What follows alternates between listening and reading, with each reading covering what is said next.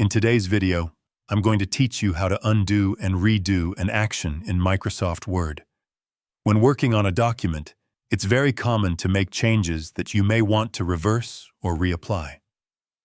Whether you accidentally delete text, apply the wrong formatting, or simply change your mind, Microsoft Word provides simple tools to help you quickly fix or restore your action without starting over.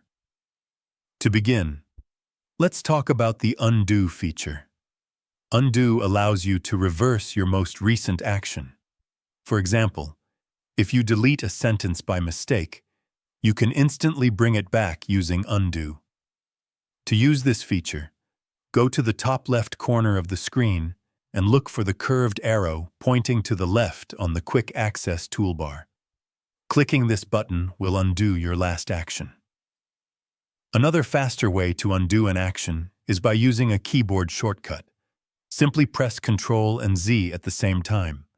You can press this shortcut multiple times to go back through several previous actions, allowing you to step back through your work history. Now, let's move on to the Redo feature. Redo allows you to reapply an action that you just undid. This is useful if you change your mind after undoing something, or if you accidentally reversed the wrong action. To use Redo, look for the curved arrow pointing to the right, usually located next to the Undo button on the Quick Access toolbar. You can also use the keyboard shortcut, Ctrl and Y, to redo an action quickly. Just like Undo, you can press this shortcut multiple times to move forward through your recent actions. These two features work together to give you full control over your editing process. They allow you to experiment with formatting, text changes, and layout adjustments without worrying about making permanent mistakes.